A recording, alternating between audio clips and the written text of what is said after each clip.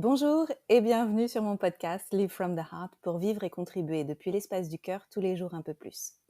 Dans cet épisode un petit peu particulier, j'ai envie de partager 30 pépites de ma trentaine parce que je m'apprête à fêter mes 40 ans en fin de semaine alors que je prépare ce podcast. C'est intéressant parce que je vais avoir 40 ans et physiquement, j'ai l'impression d'avoir 20 ans de moins, mais aussi dans mon énergie. C'est-à-dire vraiment ce côté léger. J'ai plus de légèreté qu'avant et plus de vitalité et plus de joie. C'est aussi physiquement réel parce que j'ai récemment fait un test sanguin qui m'a donné 20 ans. Je vous invite à écouter l'épisode 158 où je partage ce que je fais pour ma santé et ma longévité. Et également l'épisode 117 où je partageais déjà précédemment des choses plus en lien avec mon chemin de guérison, tout ce que j'avais mis en place avant cette saison-là de ma vie. Donc je me sens plus joyeuse, plus légère que dans le passé. Et ça doit jouer dans cette sensation de vitalité, de grande vitalité même. Et dans le passé, quand je regardais au loin ma quarantaine, je me demandais qui je serais et comment serait ma vie. Et j'avais du mal à anticiper cette étape. Et le résultat est beaucoup mieux que ce que je pouvais imaginer. Je pense aussi que j'avais pas vraiment de point de référence très inspirant autour de moi dans le passé et que petit à petit ça a changé parce que je me suis entourée de personnes différentes, de nouvelles sources d'inspiration, de formateurs, de thérapeutes, de personnes qui m'ont aidée et aussi d'amis qui ont passé eux leur quarantaine, leur cinquantaine, leur soixantaine euh, de façon de façon extraordinaire, je dirais magnifique et avec beaucoup d'amour, beaucoup de vitalité, beaucoup d'énergie et beaucoup de joie dans leur vie. Donc ça m'a inspirée. Donc moi, j'ai jamais été aussi épanouie. Je pense que c'est parce qu'il y a beaucoup d'amour dans ma vie, en grande partie parce que j'ai réussi à créer des relations magnifiques qui ne cessent de s'améliorer au fil du temps. C'est parfois challengeant, mais c'est aussi très très nourrissant. J'ai beaucoup de vitalité parce que j'ai appris à mieux prendre soin de moi avec des approches naturelles de bon sens. Et puis, je dirais la troisième clé importante, c'est que j'ai plus envie d'être quelqu'un d'autre ou que mon passé soit différent. En fait, je suis vraiment créatrice de mes expériences et je tire le meilleur des cartes que j'ai distribuées dans cette vie. En fait, c'est voilà, j'ai ce que j'ai, j'ai eu ce que j'ai eu à la base et je vais pas chercher à être différente. Je vais faire de mon mieux avec les ingrédients que j'ai. Donc j'ai rassemblé ces 30 pépites qui ont rendu ma trentaine magique et magnifique et qui me permettent de continuer à créer un quotidien radieux.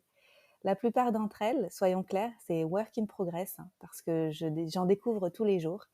Et c'est pas comme si j'étais arrivée quelque part, c'est vraiment des processus à chaque fois. Mais il y a eu des grandes prises de conscience dans ma trentaine qui font que ça va mieux. Et c'est celle-ci que je viens vous partager. Donc depuis 10 ans, j'ai appris à écouter davantage mon cœur. Ça, c'est le point numéro 1. Mes désirs sont là pour une raison. Il y a une sagesse dans tout ce qui m'attire naturellement. Même si parfois je doute encore un petit peu, ça dure beaucoup moins longtemps. Je suis plus spontanée pour suivre mes élans du cœur. Numéro 2, j'ai appris à me faire confiance. J'ai des ressources extraordinaires en moi et je sais que je peux m'en servir. J'ai mis du temps à me sentir capable et moins me comparer face aux ressources des autres et réaliser que vraiment les miennes sont tout aussi solides. Et l'important, c'est qu'elles correspondent à mes étapes de vie, à moi. 3. J'ai appris à faire confiance au flot de la vie parce que la vie connaît le chemin mieux que moi et les changements de plan sont des redirections. Et ça, dans ma vingtaine, j'essayais de tout contrôler pour rassurer mon anxiété. J'avais énormément d'anxiété. J'en ai encore, mais ça va beaucoup mieux. Et dans ma trentaine, j'ai vu que c'était pas possible, en fait, de tout contrôler. Et j'ai vu aussi que la vie savait mieux que moi. Et que si je résistais pas, eh ben, elle m'emportait exactement là où je devais être. Point numéro 4, j'ai appris à faire circuler mes émotions. Et donc, gratitude notamment pour l'EFT qui est entré dans ma vie, Emotional Freedom Technique. Si vous voulez en savoir plus, j'ai énormément de ressources sur l'EFT, sur mon Instagram, et j'ai également un podcast dédié à ça, donc creusez, c'est juste formidable. Merci à tous les thérapeutes que j'ai rencontrés sur ma route, parce que toutes ces pratiques, comme l'EFT, alors je parle de l'EFT, mais il y en a aussi d'autres, mais c'est l'EFT qui m'a le plus marqué, ça m'a rendu beaucoup plus libre.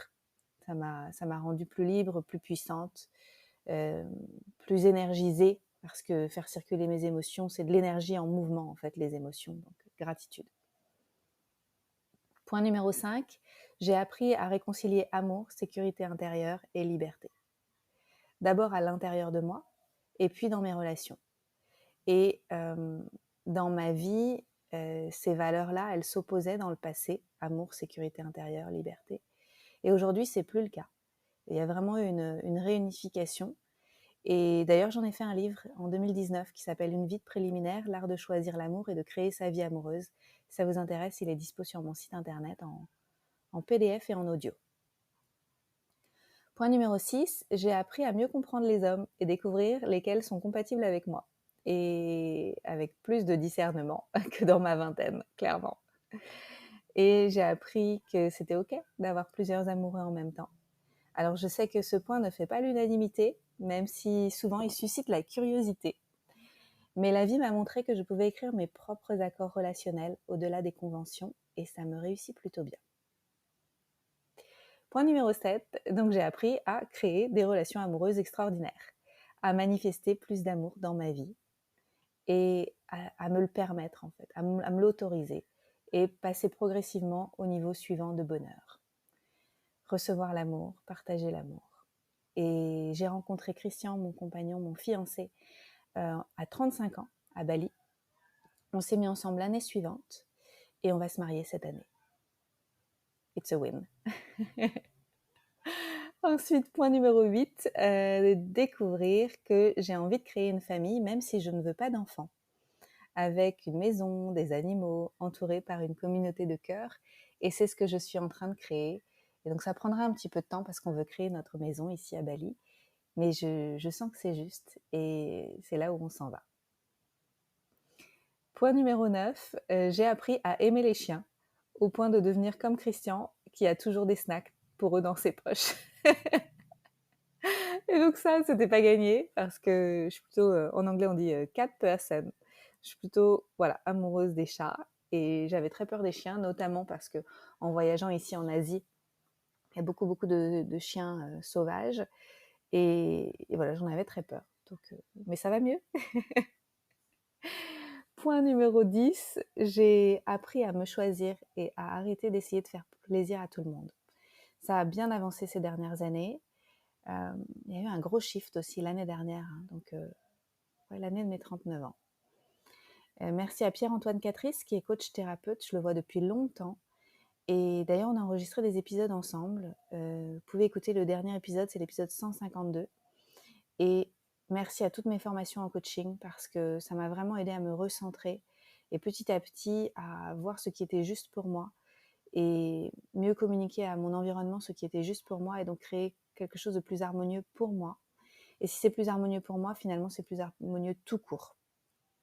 Et donc, voilà. Work in progress là aussi, mais ça va beaucoup mieux. Je me choisis.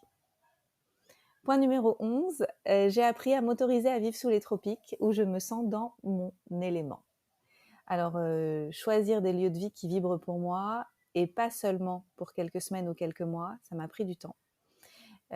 Parce qu'en fait, j'ai juste envie de profiter de la douceur du soleil, de la mer, des fruits frais toute l'année, ça me remplit et je suis pas obligée de le vivre sur des périodes courtes, en fait, je peux le vivre tous les jours.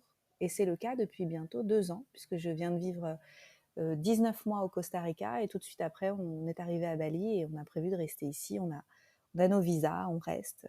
Ça y est, c'est fait. Je ne suis plus une voyageuse, je suis établie là où j'ai vraiment envie d'être. Point numéro 12, comprendre quels sont vraiment mes talents et mes compétences pour les mettre au service des gens qui en ont besoin et devenir entrepreneur. J'ai débuté mon entrepreneuriat à 29 ans et avec ça vient le fait de prendre la mesure de tout ce que j'ai à offrir au monde et ne pas forcément m'attacher à la forme de mon travail et suivre le flot de ma contribution. Donc ça, c'est un gros morceau, un très gros morceau. Et ça va avec la suite, le point numéro 13. J'ai appris à gagner de l'argent à partir de mes talents et de mes compétences, de façon autonome et régulière, pour pouvoir percevoir un salaire, une rémunération, à partir de qui je suis profondément en fait. Et ça m'a demandé de la curiosité, ça m'a demandé de l'engagement, ça m'a demandé du courage. Et honnêtement, je ne pensais pas que j'en avais autant en moi. J'avais fait un épisode de podcast sur ce thème. Je vous invite à écouter l'épisode 97 sur le thème discipline et engagement et comment j'ai fait pour pas lâcher, pour que ça arrive en fait et que ça fonctionne. Aujourd'hui, 11 ans plus tard, et ben, j'ai vraiment un succès magnifique puisqu'on a fait 1 million d'euros de ventes l'année dernière et puis ça continue. En fait, je continue de prospérer avec mes activités et c'est devenu beaucoup plus fluide qu'avant, très fluide même et léger et j'en suis très très heureuse. Point numéro 14, j'ai appris à devenir à l'aise avec le fait de vendre. Et finalement, j'ai réalisé qu'en fait, il n'y a pas besoin de convaincre les gens. Il suffit d'ouvrir mon cœur et d'oser créer le contact, en fait, pour que les personnes qui sont prêtes à me rencontrer me découvrent et me fassent confiance. Voilà. C'est aussi simple que ça, en fait. C'est comme, il y a cette analogie avec la fleur qui s'ouvre et les abeilles viennent butiner la fleur. Et il y a vraiment cette notion d'ouverture et c'est pas en force en fait, il faut s'ouvrir, réussir à se montrer son cœur, qui on est, et les gens peuvent alors nous trouver, nous reconnaître et nous choisir. Ensuite, point numéro 15, j'ai découvert la magie du coaching qui a changé ma vie et ça m'a permis alors déjà, ça m'a demandé de passer au-delà de mes a priori sur cette belle discipline. Et quand j'ai compris que mes pensées conditionnent mes choix, mes actions, mon environnement et en fait toute ma réalité, ça a changé en fait. Ma vie a complètement changé. Et d'ailleurs aujourd'hui, je suis tellement en amour avec cette discipline que j'enseigne ma propre formation de coaching dans ma formation Coach from the Heart. Et il y a près de 300 coachs qui sont déjà formés. Et ça continue. Prochaine rentrée, automne 2023, on arrive. Ça sera certainement fin septembre.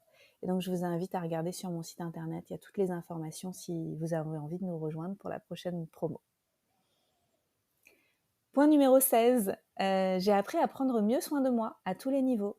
Et ça, c'est la naturopathie qui m'a aidée, qui m'a ouvert les yeux sur tout ce que ça demande en fait pour être en pleine santé. Et pas seulement l'absence de maladie, mais vraiment la pleine vitalité, en fait, révéler mon plein potentiel de vitalité sur tous les plans, physique, mental, émotionnel, énergétique et même spirituel. Parce qu'en fait, tout est interconnecté. Et j'avais pas du tout cette notion-là, en fait, dans ma vingtaine, parce que je viens d'un milieu très conventionnel en termes d'approche de la santé, en fait, avec ma famille. Et c'est mes problèmes de santé qui m'ont aidé à réaliser qu'il y avait d'autres approches. Et donc, gratitude pour la naturopathie, j'ai appris qu'il y avait donc tous ces piliers de santé et qui fonctionnent ensemble. Donc, bien dormir, détoxifier son corps, euh, bien manger, avoir un équilibre psycho-émotionnel, et tout ça ensemble fonctionne et fait en sorte qu'on peut restaurer l'harmonie, l'homéostasie et, et retrouver la vitalité en fait.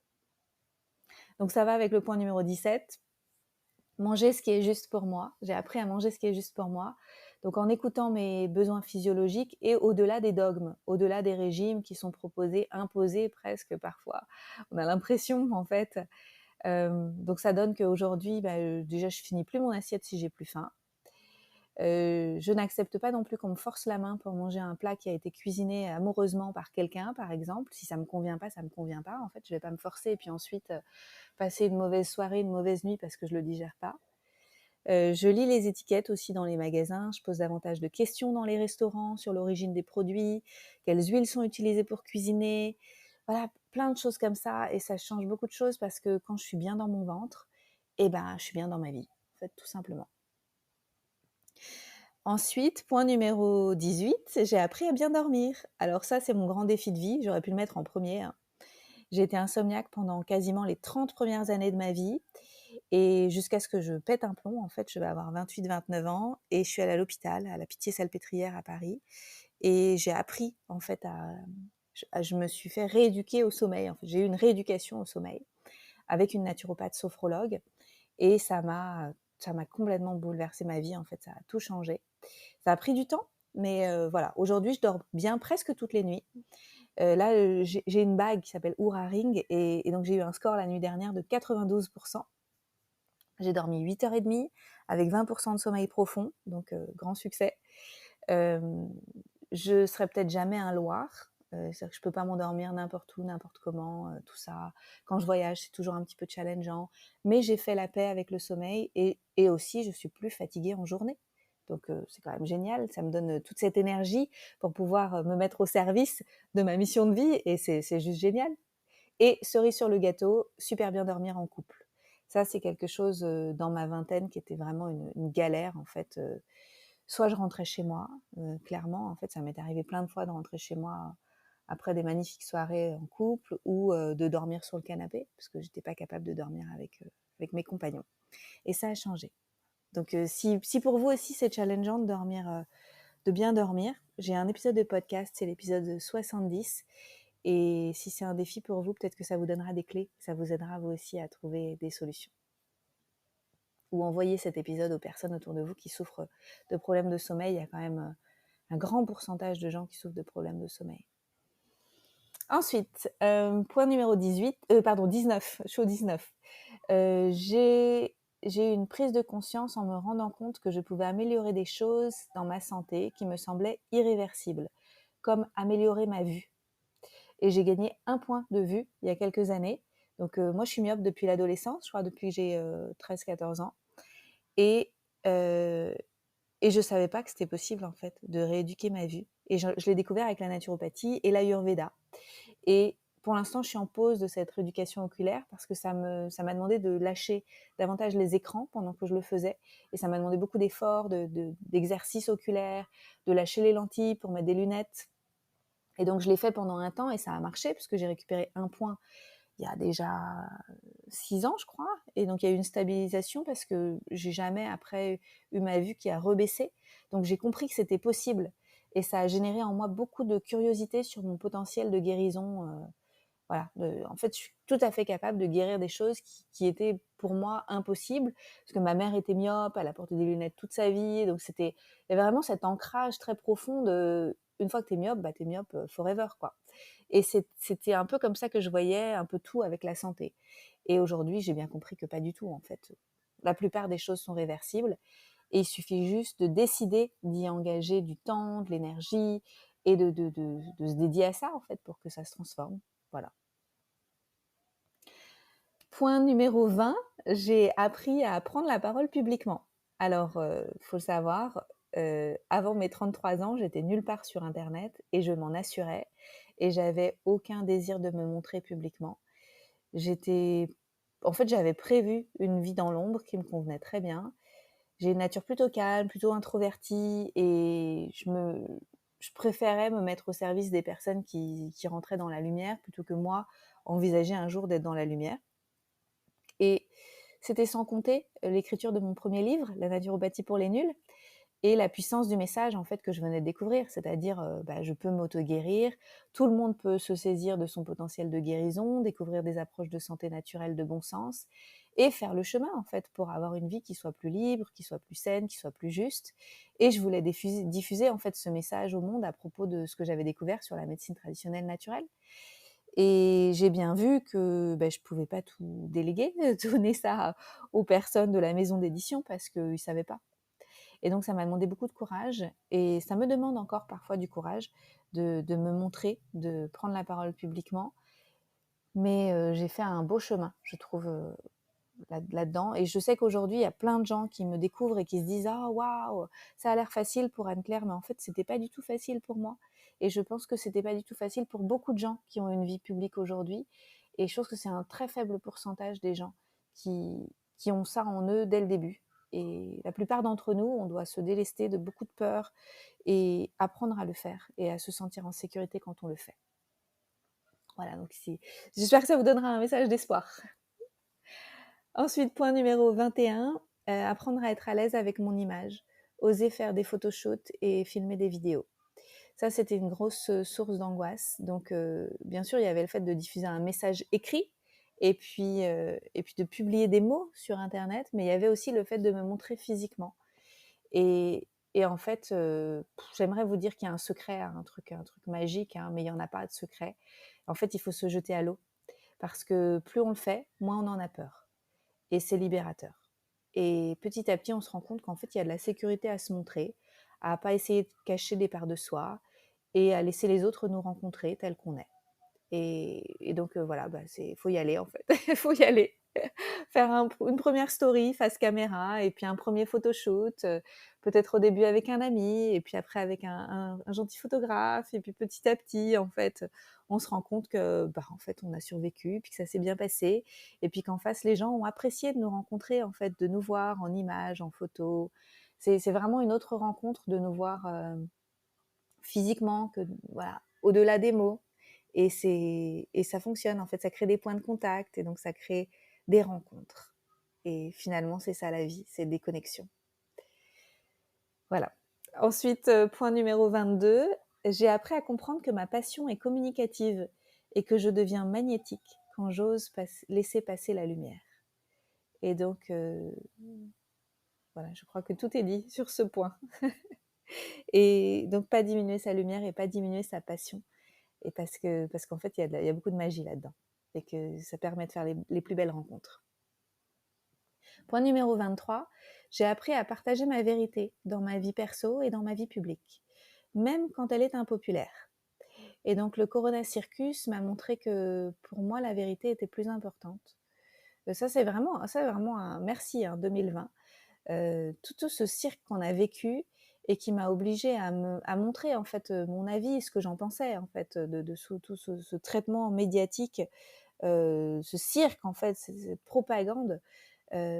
Ça m'a montré que pour moi, c'était plus important de dire ma vérité, ce que j'avais dans mon cœur, ce que j'en pensais, que de ne pas faire de vagues pour garder des clients ou des followers. Et très clairement, ça a fait du tri et ça m'a permis de trouver des gens qui partagent des valeurs similaires. Et donc, merci, merci, merci à ces années challengeantes parce que ça m'a permis de réaliser de quel bois je suis faite. Et si vous avez envie de plonger dans une ressource, il y a un livre qui m'a particulièrement marqué, c'est L'honnêteté radicale de Brad Blanton, que j'avais lu, je crois, en 2018 ou 2019. Et très clairement, il a dû me préparer à cette période de 2020. Et c'est un super bouquin. Donc, moi, j'ai lu en anglais, en audiobook, et j'avais aimé vraiment l'honnêteté, en fait, de ce psy qui raconte comment on fait pour faire un chemin, pour se connecter à l'honnêteté radicale dans sa vie, pour soi et pour les autres. Et c'était top. Donc voilà, Brad Blanton. Chaleureusement recommandé. Point numéro 24, j'ai appris et je me suis permise de couper le cordon avec la France pour oser avancer vers plus de souveraineté. Et donc, décider d'établir ma vie et mon entreprise à l'étranger, notamment où j'ai plus de liberté et moins de taxes. Et ça, c'est top. Parce que j'y ai pensé pendant des années, pendant toute la période où j'étais digital nomade.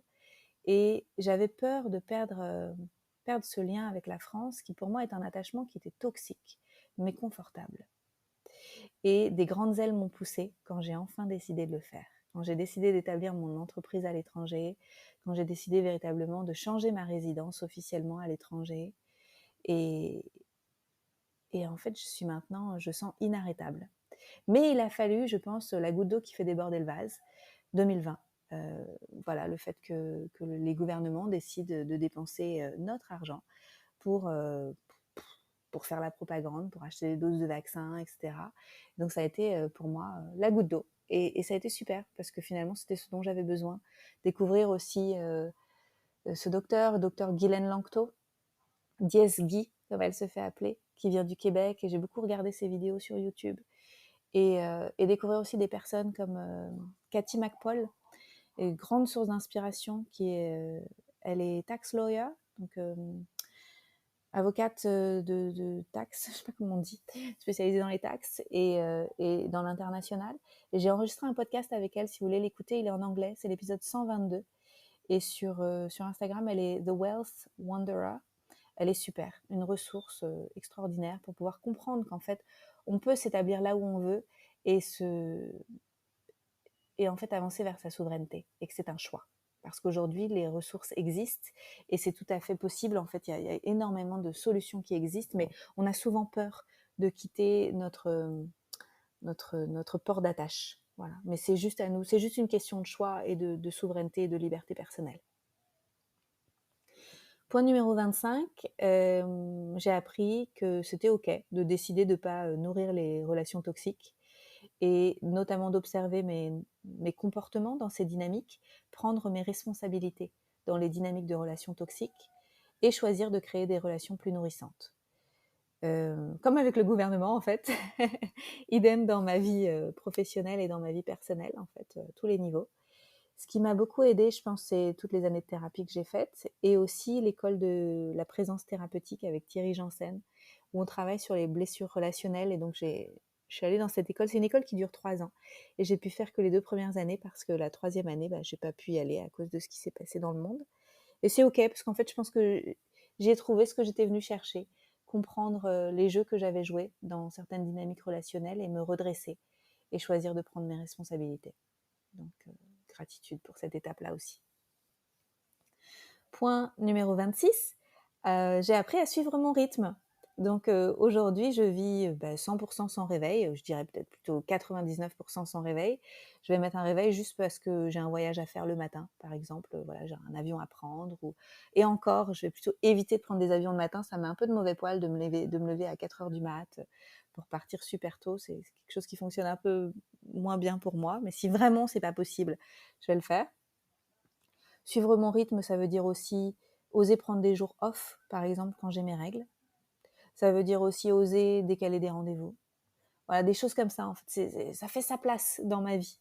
Ça a mis du temps, mais ça fait sa place et c'est de plus en plus juste. Et plus je m'écoute, plus je me sens bien en fait. Et plus je me sens bien, plus je me donne mon meilleur. Et plus je donne mon meilleur, plus la vie me rend. Donc c'est un cercle vertueux que j'aime nourrir.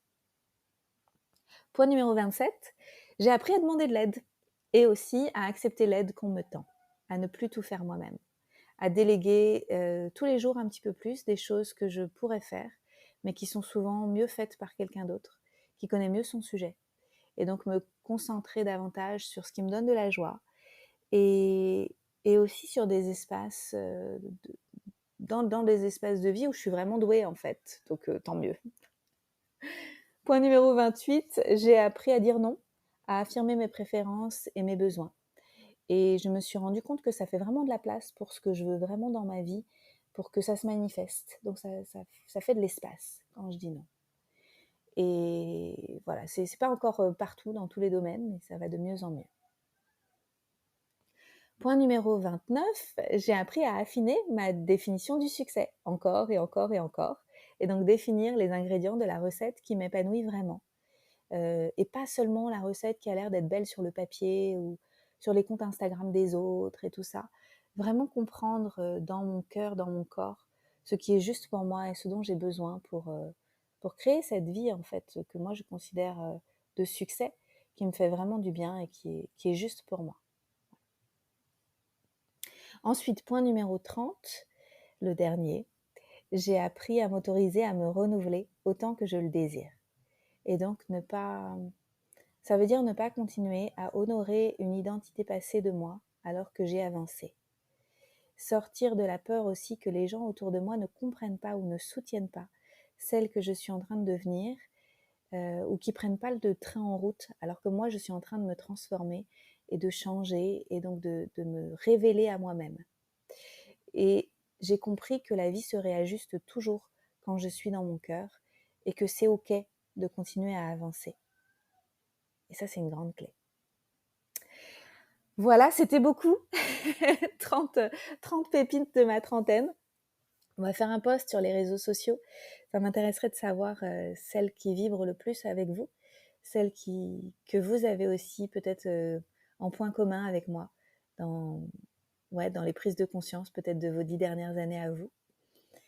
Et puis maintenant, qu'est-ce qui se passe maintenant en fait de quoi j'ai hâte dans ma quarantaine là dans quelques jours. De quoi j'ai hâte dans ma quarantaine? J'ai hâte de faire du muscle. Je sens qu'il y a une version fit Anne-Claire, fit FIT. Je sens qu'elle émerge. Il y a encore des résistances, mais elle arrive. J'ai vraiment cette vision de moi où je suis plus tonique physiquement. Et je pense que c'est juste parce qu'il va y avoir plus de sport, plus de mouvement dans ma vie. J'ai hâte de super bien danser le zouk brésilien. Donc ça fait depuis le mois d'avril que je danse cette danse que je trouve absolument magnifique. Ça fait plus de 3 ans que j'avais envie de me plonger là-dedans. Et cet été, j'ai un grand stage. Donc voilà, super bien danser le zouk brésilien, ça arrive. Découvrir des nouveaux niveaux d'amour dans mes relations. Et donc ça aussi, j'ai hâte de découvrir là où ça va m'emmener.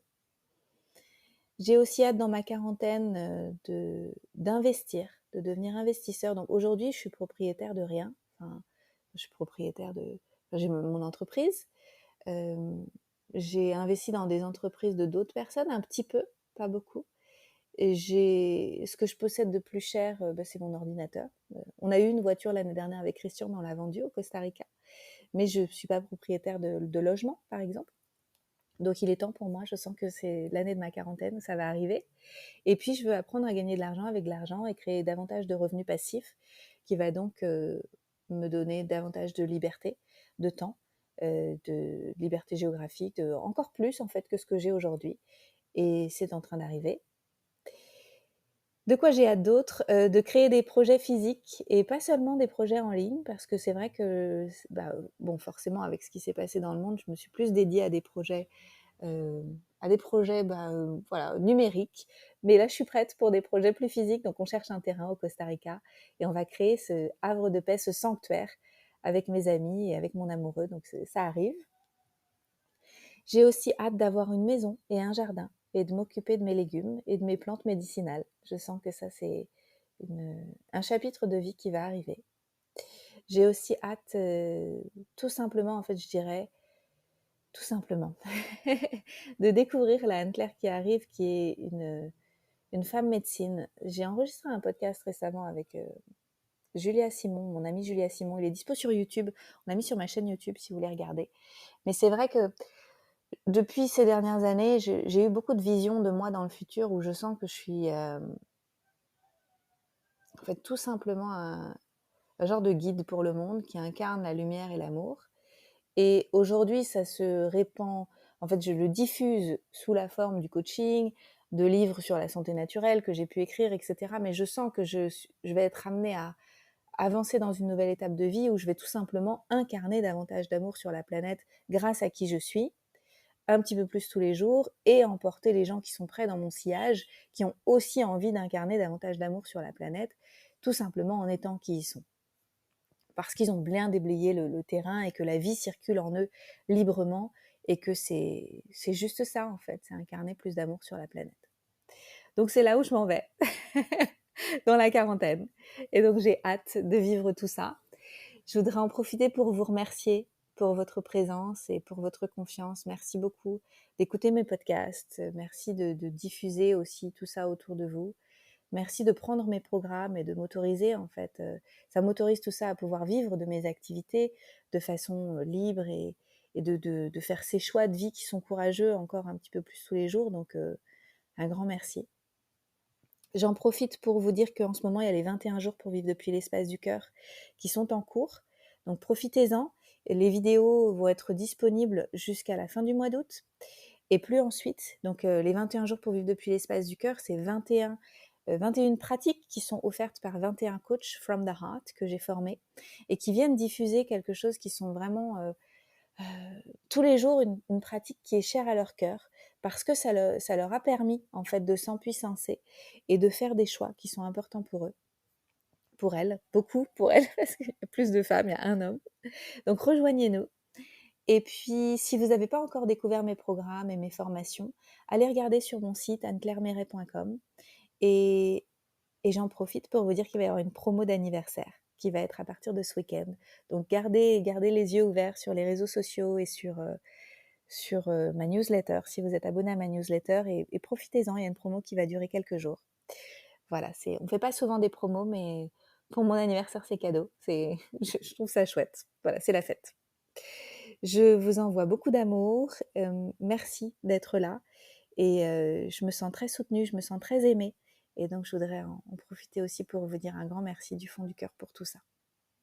Et si vous avez aimé cet épisode, je vous invite à le partager autour de vous et puis à le noter sur Spotify et sur Apple Podcast parce que ça nous permet d'être un petit peu plus visible de semaine en semaine, de diffusion en diffusion. Et il y a énormément d'écoute et donc j'ai hâte que ça touche encore plus de monde. Merci beaucoup. À très bientôt pour de nouveaux épisodes. À la semaine prochaine. Bye bye.